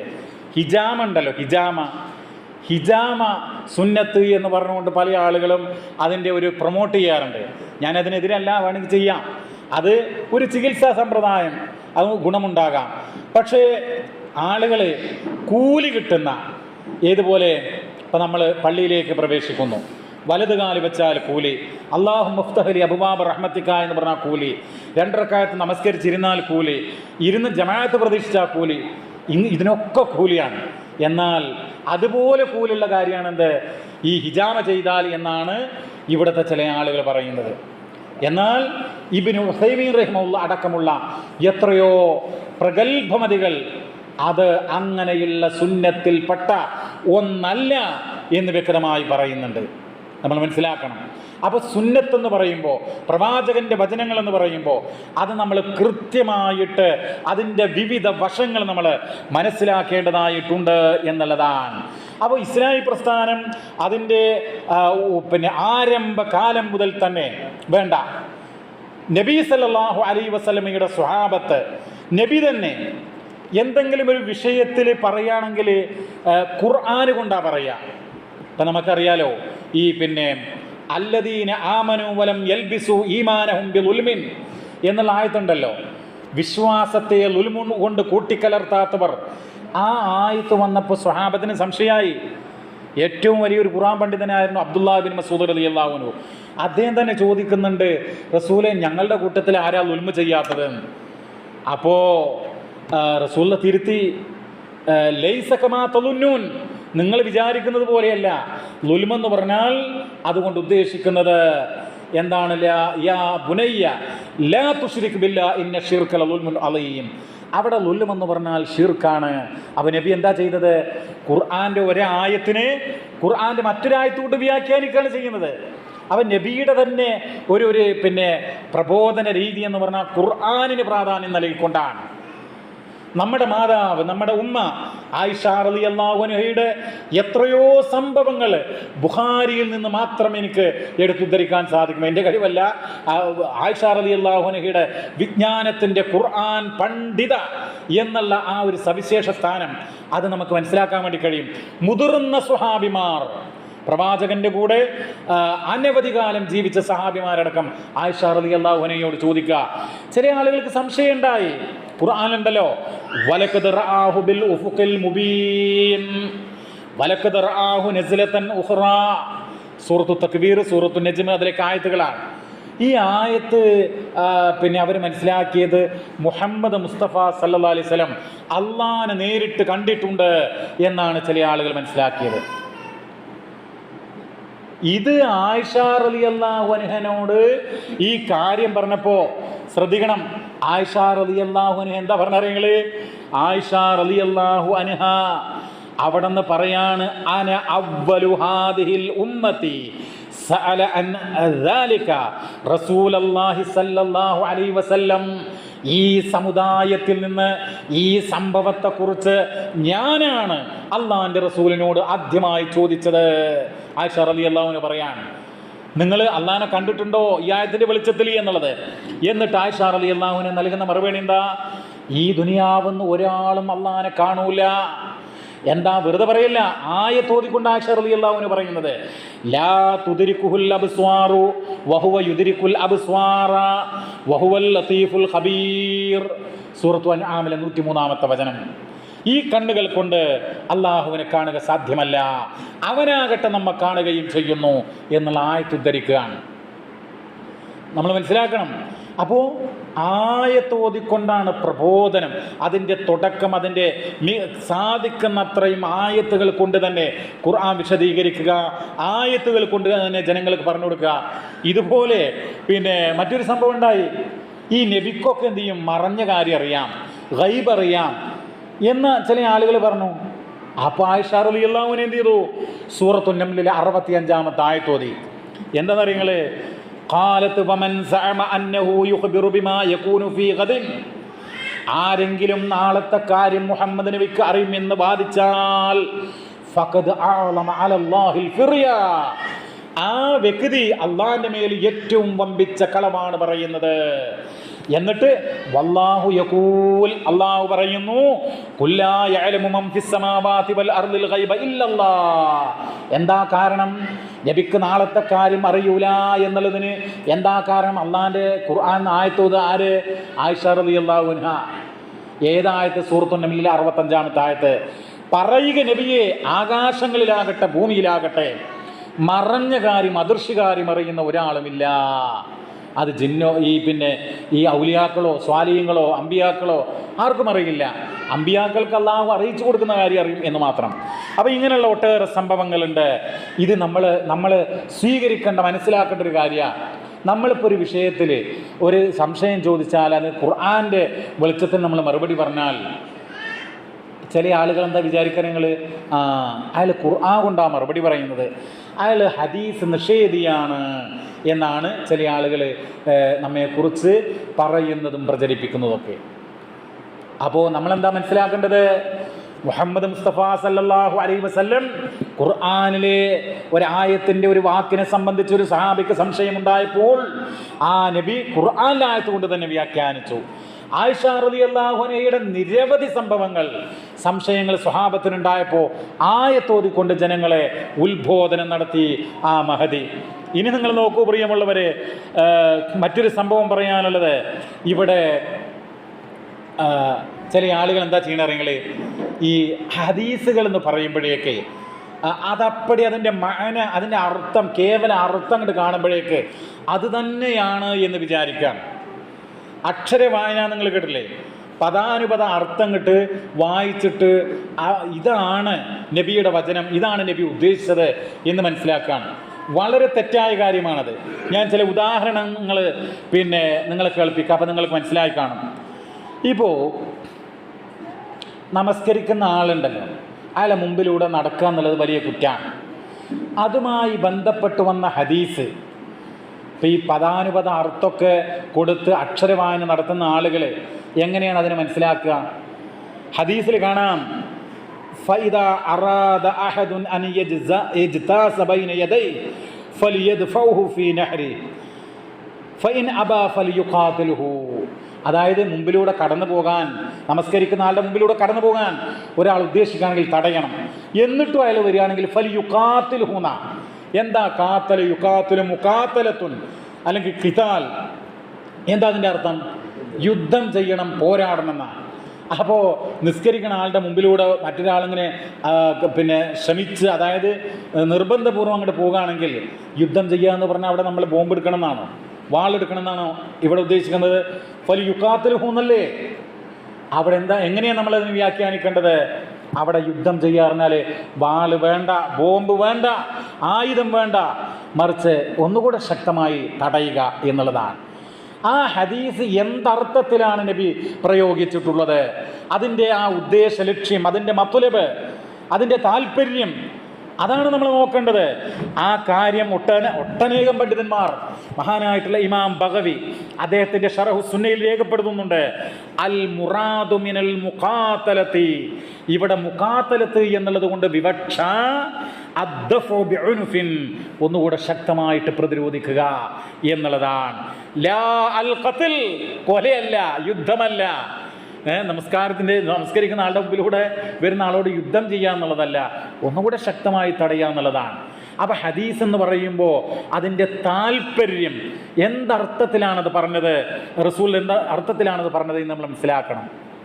നിങ്ങൾ കണ്ടിട്ടില്ല, ഈ അടുത്ത് ഇന്തോനേഷ്യയിലും മറ്റൊക്കെ ഈ നമസ്കരിക്കാൻ സൊഫ് നിൽക്കുന്ന ഒരു ഫോട്ടോ സോഷ്യൽ മീഡിയയിൽ വരുന്നുണ്ടായി. അതിങ്ങനെ കണ്ടു കഴിഞ്ഞാൽ നമസ്കാരത്തിൻ്റെ ആകെ ലക്ഷ്യം എന്ന് പറഞ്ഞാൽ ഈ സൊഫ് ചേർന്നിട്ട് ഉന്തി നിൽക്കുന്ന അതാണ് ആകെ നമസ്കാരം കൊണ്ട് അർത്ഥമാക്കുന്നത് എന്ന് തോന്നിപ്പോകും. സുബ്ഹാനല്ലാഹ്, ഒരാൾ മറ്റേ ആളുടെ കാലിൽ ചവിട്ടി. സത്യത്തിൽ എന്താണത്? അവിടെയാണ് നമ്മൾ ഹദീസുകൾ മനസ്സിലാക്കേണ്ടത്. ഇപ്പോൾ നിങ്ങൾ നോക്കൂ, ഹദീസുകൾ എന്തൊക്കെ വന്നിങ്ങനെ അറിയങ്ങളെ, വഖദമഹു ബിഖദമിഹി, ഒരാളുടെ കാൽപാദം മറ്റൊരാളുടെ കാൽപാദത്തിലായിക്കൊണ്ട്. അതുപോലെ കാന അഹദുന യുൽസിഖു മൻകിബഹു ബിമൻകിബി സ്വാഹിബിഹി, മറ്റൊരാളുടെ ചുമലിലായിക്കൊണ്ട്. ഇങ്ങനെയൊക്കെ പദപ്രയോഗങ്ങൾ വന്നിട്ടുണ്ട്. അതിൻ്റെ അർത്ഥം അതുപോലെ കഅബൻ ബി കഅബിൻ, നെരിയാണി മറ്റൊരാളുടെ നെരിയാണിയിലായിക്കൊണ്ട് എന്നൊക്കെ വന്നിട്ടുണ്ട്. പക്ഷേ ഹദീസുകളുടെ ഉദ്ദേശം എന്താ? നമ്മൾ സാധ്യമാകുന്ന അത്ര നിൽക്കുക, അതല്ലാതെ മറ്റൊരാളെ ബുദ്ധിമുട്ടിച്ച് അയാളെ ചവിട്ടി അയാൾക്ക് അസ്വസ്ഥത ഉണ്ടാകുന്ന രൂപത്തിൽ അങ്ങനെ നിൽക്കുക എന്നുള്ളതല്ല. ഇത് ഞാൻ പറയുന്നതല്ല. ആധുനിക പണ്ഡിതനായിരുന്ന മഹാനായിട്ടുള്ള അബ്ദുള്ള ജിബ്രീൽ എന്ന് പറയുന്ന പണ്ഡിതൻ, അദ്ദേഹം പറയാണ്, ഖാലൽ ഹാഫിളു ഫിൽ ഫത്ഹി, മഹാനായിട്ടുള്ള ഹാഫിദ് ഇബ്നു ഹജർ അസ്ഖലാനി റഹിമഹുല്ലാഹ് ഫത്ഹുൽ ബാരിയിൽ പറഞ്ഞിട്ടുണ്ട്, അൽ മുറാദു ബിദാലികൽ മുബാലഗ ഫീ തസ്വിയത്തി സുഫൂഫി വ തകാറുബിഹാ, ഈ സൊഫ് കെട്ടുന്നതിൻ്റെ വിഷയത്തിൽ വന്നിട്ടുള്ള മുബാലഗത്തായിട്ടുള്ള ഹദീസിലെ പരാമർശങ്ങളുണ്ടല്ലോ, അതായത് നബിയുടെ വചനങ്ങളിൽ വന്നിട്ടുള്ള ഈ സൊഫുമായി ബന്ധപ്പെട്ട കൂടുതൽ അടുത്ത് നിൽക്കണം, ചേർന്ന് നിൽക്കണം, അല്ലെങ്കിൽ ഇങ്ങനെ കാലിൽ തട്ടി നിൽക്കണം എന്നൊക്കെയുള്ള ആ പദപ്രയോഗങ്ങളുടെ അർത്ഥം എന്താണ്? അത് ലാ ഹഖീഖത്തൽ ഇൽതിസ്വാഖ്, യഥാർത്ഥത്തിൽ അങ്ങ് ഒട്ടിച്ചേർന്ന് നിൽക്കുക എന്നല്ല. വയുംകിരു അന്ന അഹദഹും യമുസ്സു മൻകിബഹു മൻകിബൽ ആഖർ, ഒരു പക്ഷേ എന്താണ്, ഒരാളുടെ ചുമല് മറ്റൊരാളുടെ ചുമലിൽ ഇങ്ങനെ തട്ടിയേക്കാം. ഫഅമ്മൽ ഖദമു വറുക്ബതു ഫലാ യുൽസിമു ഇൽതിമാസ്, എന്നാൽ ഈ റുക്ബത്ത്, അതുപോലെ കാൽപാദം, കാൽമുട്ട്, ഇതൊന്നും മറ്റൊരാളുടെ ഇങ്ങനെ തട്ടി നിൽക്കുക എന്നുള്ളത് അപ്രായോഗികമാകുന്നു.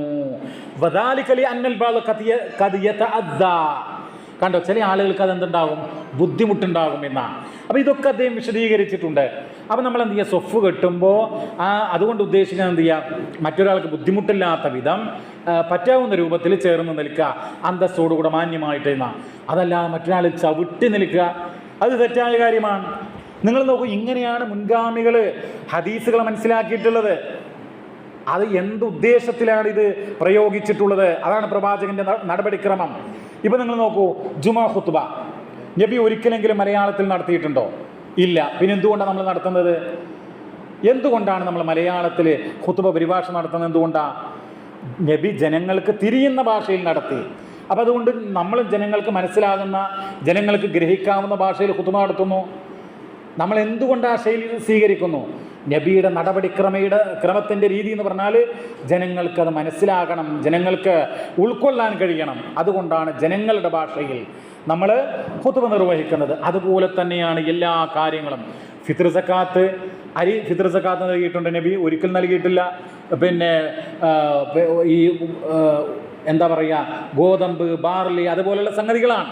ഉണക്കമുന്തിരി, അതുപോലുള്ള സംഗതികളല്ലേ നബി ഫിത്ർ സക്കാത്ത് നൽകിയിട്ടുള്ളത്. അപ്പോൾ നമ്മൾ എന്തുകൊണ്ട് അരി നൽകുന്നു? ആ ഹദീസിൻ്റെ താല്പര്യം നമ്മൾ മനസ്സിലാക്കിയത് കൊണ്ടാണ്. ഇതുപോലെ നിങ്ങൾ നോക്കൂ, നായ പാത്രത്തിൽ തലയിട്ടാൽ എന്ത് ചെയ്യണം? നായ പാത്രത്തിൽ തലയിട്ടാൽ 7 തവണ കഴുകണം എന്ന് പറഞ്ഞു, 1 തവണ മണ്ണ് കൊണ്ടാവണം എന്ന് പറഞ്ഞു. അപ്പം നമ്മൾ ഈ മണ്ണ് തേടി നടക്കണമെന്നുണ്ടോ? എന്താ റസൂലുള്ള പറഞ്ഞതിൻ്റെ ഉദ്ദേശം? അത് വിമുക്തമാക്കുന്ന വിധത്തിൽ നല്ലവണ്ണം ശുദ്ധിയാക്കണം എന്നാണ്. നമുക്ക് സോപ്പ് പൊടിയോ ലിക്വിഡോ ഒക്കെ ഉപയോഗിക്കണം, അതാണ് അതുകൊണ്ട് അർത്ഥമാക്കുന്നത്. അതല്ലാതെ ഇപ്പോഴും നമ്മൾ മണ്ണ് ഉപയോഗിച്ച് കഴുകണം എന്നല്ല. മനസ്സിലായല്ലോ? ഇങ്ങനെ തന്നെ ഇപ്പോൾ നമ്മൾ നബി സ്വല്ലല്ലാഹു അലൈഹി വസല്ലം മലമൂത്ര വിസർജനം കഴിഞ്ഞാൽ കൈ മണ്ണിലടിക്കുമായിരുന്നു. എന്തുകൊണ്ടാണ്? കൈ ഒന്നുകൂടെ വൃത്തിയാകാൻ വേണ്ടിയിട്ടാണ്, അതിൻ്റെ ദുർഗന്ധമൊക്കെ പോകാൻ വേണ്ടിയിട്ടാണ്. അപ്പം നമ്മളിപ്പോഴും മണ്ണിലടിക്കണോ? വേണ്ട, സോപ്പ് ഉപയോഗിച്ചാൽ മതി. മയ്യത്ത് കുളിപ്പിക്കുമ്പോൾ താളി ഉപയോഗിക്കണം എന്ന് പറഞ്ഞു. അപ്പം നമ്മളിപ്പോഴും താളി ഉപയോഗിക്കണോ? വേണ്ട. നമുക്ക് എത്രയോ സുഗന്ധമുള്ള സോപ്പില്ലേ, അത് ഉപയോഗിച്ചാൽ മതി. അപ്പോൾ ഇങ്ങനെയുള്ള ഒട്ടനവധി വിഷയങ്ങൾ നമ്മുടെ മുമ്പിലുണ്ട്. നിങ്ങൾ നോക്കൂ, ഹദീസ് അപ്പടി സ്വീകരിക്കുകയാണ് എങ്കിൽ ഒരുപാട് അബദ്ധങ്ങൾ വരും. മദീനത്തിൻ്റെ റസൂൽ പറഞ്ഞു സല്ലല്ലാഹു അലൈഹി വസല്ലം എന്താ പറഞ്ഞറിയങ്ങൾ, നിങ്ങൾ മലമൂത്ര വിസർജനം ചെയ്യുമ്പോൾ കിഴക്കോട്ടോ പടിഞ്ഞാറോട്ടോ തിരിയുക എന്ന് പറഞ്ഞത്. ആ ഹദീസ് കാണാം, ഇദാ അതൈതുമുൽ ഗായിത ഫലാ തസ്തഖ്ബിലുൽ ഖിബ്ല, കിബിലക്ക് നേരെ നിങ്ങൾ മലമൂത്ര വിസർജനം ചെയ്യരുത്. വലാകിൻ ശർരിഖു ഔ ഖർരിബു, നിങ്ങൾ കിഴക്കോട്ടോ പടിഞ്ഞാറോട്ടോ തിരിയുക എന്നാണ്. നമ്മളിപ്പോൾ മലമൂത്ര വിസർജനത്തിന് കിഴക്കോട്ടോ പടിഞ്ഞാറോട്ടോ തിരിഞ്ഞാൽ എന്തായിരിക്കും? കിബിലക്ക് നേരെയാകും, അല്ലെങ്കിൽ കിബിലക്ക് നേരെ എതിരാകും. അത് പാടില്ല എന്നുള്ള. അപ്പോൾ എന്താണ് ആ ഹദീസിൻ്റെ താല്പര്യം? കിബിലക്ക് നേരെയാകാൻ പാടില്ല, കിബിലക്ക് എതിരാകാനും പാടില്ല എന്നുള്ളതാണ്. മനസ്സിലായല്ലോ? നബി മറ്റൊരു അവസ്ഥയിലാണ് പറഞ്ഞത്, അവിടെ നിന്ന് തെക്കോട്ടാണ് കഅബ, തെക്ക് വടക്കാണ് അവർക്ക്, നമ്മുടെ കിഴക്കും പടിഞ്ഞാറും അവർക്ക് തെക്ക് വടക്കാണ്. അപ്പോൾ ആ എന്തൊരർത്ഥത്തിലാണ് അള്ളാഹിൻ്റെ റസൂല് ഈ കാര്യങ്ങൾ പറഞ്ഞത് എന്ന് നമ്മൾ മനസ്സിലാക്കേണ്ടതുണ്ട്. ഇപ്പോൾ മരുഭൂമിയിലൂടെ ഒരാൾ സഞ്ചരിക്കാം, അയാൾ മൂത്രമൊഴിച്ചു, വെള്ളമൊന്നും ശുദ്ധിയാക്കാൻ കിട്ടുന്നില്ല, ശുദ്ധിയാക്കാനുള്ള വെള്ളമല്ല, അപ്പം 3 കല്ലുകൾ ഉപയോഗിക്കാം എന്ന് ഹദീസിലുണ്ട്. എന്നാൽ ഇന്നും നമ്മൾ കല്ലുകൾ ഉപയോഗിക്കണോ വെള്ളമല്ലെങ്കിൽ? നമുക്ക് ഫൈൻ പേപ്പറുണ്ട്, ഫൈൻ ഉണ്ടല്ലോ, ഫൈൻ, അതുപോലെ ടിഷ്യൂ പേപ്പർ, അതുപോലെ മറ്റുള്ള ഇലകളോ മറ്റോ ഉപയോഗിച്ചാൽ മതി. ഇങ്ങനെ ഹദീസുകളുടെ വിഷയത്തിൽ ഒട്ടനവധി സംഗതികളുണ്ട് പ്രിയമുള്ളവരെ. അത് നമ്മൾ മനസ്സിലാക്കേണ്ടതുണ്ട്. ദന്തശുചീകരണം നബി എങ്ങനെയാണ് നടത്തിയിരുന്നത്? അറാഖ് എന്ന് പറയുന്ന ഒരു ചെടിയുടെ കൊമ്പ് അതുകൊണ്ടാണ് ദന്തശുചീകരണം നടത്തിയത്. ദന്തശുചീകരണം നടത്തുക എന്ന് പറഞ്ഞാൽ ഇസ്ലാമിൽ വമ്പിച്ച പ്രാധാന്യമുള്ള പുണ്യമുള്ള കാര്യമാണ്. അപ്പം നമ്മൾ ആ കൂലി കിട്ടണമെങ്കിൽ ആ അറാഖിൻ്റെ കൊള്ളി കൊണ്ട് തന്നെ തേച്ചാൽ മാത്രമേ നമുക്ക് കൂലി കിട്ടുള്ളൂ? ഇല്ല. നമുക്ക് ഇന്ന് ഉപയോഗിക്കുന്ന ബ്രഷ് ഉണ്ടല്ലോ, ആ ബ്രഷിൽ പേസ്റ്റ് ആക്കിയിട്ടോ അല്ലെങ്കിൽ മറ്റുള്ള വസ്തുക്കളാക്കിയിട്ടോ നമുക്ക് ദന്തശുചീകരണം നടത്താവുന്നതേ ഉള്ളൂ. അതിന് കൂലി കിട്ടും നല്ല നെയ്യത്തുണ്ടെങ്കിൽ. അപ്പോൾ ഓരോ സംഭവങ്ങളും അതിൻ്റെ ആ താല്പര്യം എന്താണ്, റസൂൽ സല്ലല്ലാഹു അലൈഹി വസല്ലമ എന്തടിസ്ഥാനത്തിലാണത് പറഞ്ഞിട്ടുള്ളത് എന്ന് നമ്മൾ മനസ്സിലാക്കേണ്ടത്. നിങ്ങൾ നോക്കൂ, യാത്രക്കാരൻ പിശാച്ചാണെന്ന് റസൂൽ പറഞ്ഞു. അർറാഖിബു ശൈത്വാൻ, കഴിയാനായി പറയുന്നുണ്ട്. അപ്പോൾ യാത്രക്കാരൻ പിശാച്ചാണെന്ന് പറഞ്ഞു. അപ്പോൾ ഒരാളിങ്ങനെ യാത്ര ചെയ്യുന്നുണ്ട്, ഔദു ബില്ലാഹി മിനശ് ശൈത്വാനിർ റജീം നമ്മൾ പറയണോ? വേണ്ട. എന്താ അവിടെ പിശാചി എന്നുള്ള എന്തുകൊണ്ടാണ് പറഞ്ഞത്? യഥാർത്ഥത്തിലുള്ള പിശാചി എന്നുള്ളതല്ല, മറിച്ച് അയാൾക്ക് തിന്മ ഉണ്ടാകാൻ, തിന്മയിലകപ്പെടാൻ, ദുരിതത്തിലകപ്പെടാൻ സാധ്യത ഉണ്ട് എന്നുള്ള അർത്ഥത്തിലാണ്. നബിയുടെ ഹദീസ് കാണാം, അർറാഖിബു ശൈത്വാനുൻ വർറാഖിബാനി ശൈത്വാനാനി വസ്സലാസതു റകുബുൻ. ഒരാൾ യാത്ര ചെയ്യുകയാണെങ്കിൽ പിശാച്ചാൻ, 2 ആൾ പിശാച്ചാൻ, 3 ആളുകളുണ്ടെങ്കിൽ അത് എന്താണ്? ഒരു യാത്രാ സംഘമാണ് എന്ന് പറയേണ്ട. ഇമാം അബൂദാവുദിൻ്റെ സുനൽ 2607 വചന. അപ്പോൾ അവിടെയൊക്കെ നമ്മൾ അതേപോലെ അക്ഷരവായന നടത്തിയാൽ എത്ര വലിയ അബദ്ധമായിരിക്കും നമ്മൾ ചിന്തിക്കേണ്ടതുണ്ട്. ഇന്ന് നമ്മളെ മിമ്പർ, ഈ പള്ളിയുടെ മിമ്പർ എങ്ങനെയാണ്? മരത്തിൻ്റെ 3 സ്റ്റെപ്പാണോ? അല്ല. നബിയുടെ കാലത്ത് മിമ്പർ എങ്ങനെയായിരുന്നു? 3 സ്റ്റെപ്പുകളായിരുന്നു മരത്തിൻ്റെ. എന്തുകൊണ്ട് നമ്മൾ പുതിയ രൂപത്തിലുള്ള മിമ്പറാക്കി? അതൊരു ഉയർന്ന സ്ഥലത്ത് ഖുത്ബ നടത്തുക എന്നുള്ളതേയോ ആ മിമ്പർ എന്നുള്ളതിൻ്റെ ആ ഒരു ഉദ്ദേശ ലക്ഷ്യമുള്ളൂ. അതുകൊണ്ടാണ് നമ്മൾ ഈ രൂപത്തിൽ മിമ്പറാക്കിയത്. അതേ രൂപത്തിലുള്ള മിമ്പറാക്കണമെന്നില്ല. അപ്പോൾ ഇങ്ങനെ ഒട്ടനവധി സംഗതികൾ നമ്മൾ മനസ്സിലാക്കേണ്ടതുണ്ട് പ്രിയമുള്ളവരെ. ഹദീസുകൾ, എൻ്റെ സമയം കഴിഞ്ഞതുകൊണ്ട് ഞാൻ നിർത്തുകയാണ്. ഹദീസുകൾ നമ്മൾ ആ രൂപത്തിൽ എന്ത് ചെയ്യണം? അതിൻ്റെ ഏതർത്ഥത്തിലാണ്, ഏത് സാഹചര്യത്തിലാണ്, എന്തുദ്ദേശത്തിലാണത് പറഞ്ഞിട്ടുള്ളത് എന്ന് നമ്മൾ കൃത്യമായി മനസ്സിലാക്കണം. എന്നിട്ടായിരിക്കണം നമ്മൾ സ്വീകരിക്കേണ്ടത്. ഇവിടെ നമ്മുടെ സമൂഹത്തിലുള്ള ആളുകളുണ്ടല്ലോ, അവർ ഒട്ടനവധി കാര്യങ്ങൾ പറയുന്നുണ്ട്.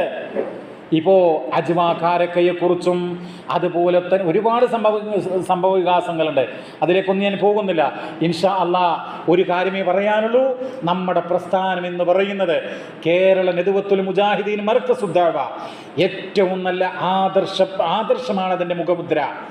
ഈ ഒരു ആദർശം എന്ന് പറയുന്നത് ലോകത്തൊരിടത്തും ഇതുപോലെ പറയുന്ന, പ്രഖ്യാപിക്കുന്ന, പ്രചരിപ്പിക്കുന്ന മറ്റൊരു വിഭാഗമില്ല. അതുകൊണ്ട് നമ്മൾ എന്ത് ചെയ്യണം? സ്വർഗവാസികൾ സ്വർഗത്തിൽ കടന്നാൽ ഒരു അള്ളാഹുവിന് ഒരു സ്തുതിയുണ്ട്. അതെന്താ പറയുക? അൽഹംദുലില്ലാഹില്ലദീ ഹദാനാ ലിഹാദാ വമാ കുന്നാ ലിനഹ്തദിയ ലൗലാ അൻ ഹദാനല്ലാഹ്. റബ്ബേ, നിന്റെ ഹിദായത്തില്ലെങ്കിൽ, നീ ഞങ്ങൾക്ക് മാർഗം കാണിച്ചു തന്നില്ലെങ്കിൽ ഇതിലേക്ക് ഞങ്ങൾ എത്തിപ്പെടുമായിരുന്നില്ല. അതുകൊണ്ട് സകല സ്തുതിയും നിനക്ക് എന്ന് റബ്ബിനോട് മനസ്സിൽ തട്ടി ആത്മനിർവൃതിയോടുകൂടെ പറയുന്നുണ്ട് സ്വർഗവാസികൾ. അതുപോലെ നമ്മൾ പറയണം. എന്ത് പറയണം? അൽഹംദുലില്ലാ എന്ന് പറയണം. എന്തുകൊണ്ട് പറയണം? നമ്മുടെ ആദർശം കറകളഞ്ഞ ശുദ്ധമായ തങ്കം പോലെയുള്ള തൗഹീദാണ്. നമ്മുടെ പ്രമാണം എന്ന് പറയുന്നത് വിശുദ്ധ ഖുർആനാണ്. അതിൻ്റെ രണ്ടാമത്തെ പ്രമാണം എന്ന് പറയുന്നത് സ്വഹീഹായ തിരുചര്യയാണ്. അത് എങ്ങനെയാണോ നബിയും സ്വഹാബത്തും ഒക്കെ സ്വീകരിച്ചത് അതുപോലെ സ്വീകരിക്കുന്ന പ്രസ്ഥാനമാണ് നമ്മൾ. അതുകൊണ്ട് അൽഹംദുലില്ലാ എന്ന് പറയണം. പ്രിയമുള്ളവരെ, ഒരു കാര്യം കൂടെ, ആത്മാർത്ഥമായിട്ട് ദീനിൻ്റെ ഷിആറുകൾ, ദീനിൻ്റെ സംസ്കാരങ്ങൾ, അദബുകൾ മുറുകെ പിടിച്ചുകൊണ്ട് വിനയത്തോടുകൂടെ ഭക്തിയോടുകൂടെ മുന്നോട്ട് പോകണം. നമ്മൾ ആളുകൾക്കിടയിൽ പ്രവർത്തിക്കണം എന്നാണ് സ്നേഹത്തോടുകൂടെ ഉണർത്തുവാനുള്ളത്. ഞാൻ എൻ്റെ വാക്കുകൾ ചുരുക്കുകയാണ്. എൻ്റെ ഈ സംസാരം കേട്ടിട്ടുള്ള എല്ലാ സഹോദരങ്ങൾക്കും പ്രത്യേകം നന്ദി അറിയിച്ചുകൊണ്ട്, എന്തെങ്കിലും സംശയമുണ്ടെങ്കിൽ നിങ്ങൾക്ക് അത്യാവശ്യം ഉണ്ടെങ്കിൽ ചോദിക്കാം എന്നുകൂടെ ഉണർത്തിക്കൊണ്ട്, അല്ലാഹു സുബ്ഹാനഹു വ തആല ഇത് പരലോകത്ത് പ്രതിഫലം കിട്ടുന്ന വലിയൊരു നന്മയായി സ്വീകരിക്കട്ടെ എന്ന് ആത്മാർത്ഥമായി പ്രാർത്ഥിക്കുകയാണ്. നമുക്ക് എല്ലാവർക്കും അല്ലാഹു തആല നമ്മുടെ നന്മയുടെ തുലാസിൽ ഘനം തൂങ്ങുന്ന ഒരു അമലായി ഇത് സ്വീകരിക്കുമാറാവട്ടെ. റബ്ബന ആതിനാ ഫിദ്ദുനിയ ഹസന വഫിൽ ആഖിറതി ഹസന വഖിനാ അദാബന്നാർ. റബ്ബന തഖബ്ബൽ മിന്നാ ഇന്നക അൻതസ് സമീഉൽ അലീം വതുബ് അലൈനാ ഇന്നക അൻതത് തവ്വാബുർ റഹീം വഗ്ഫിർ ലനാ യാ ഗാഫിറൽ മുദ്നിബീൻ വർഹംനാ യാ അർഹമർ റഹീമീൻ. സ്വല്ലല്ലാഹു വസല്ലമ അലാ നബീന മുഹമ്മദ് വൽഹംദുലില്ലാഹി റബ്ബിൽ ആലമീൻ.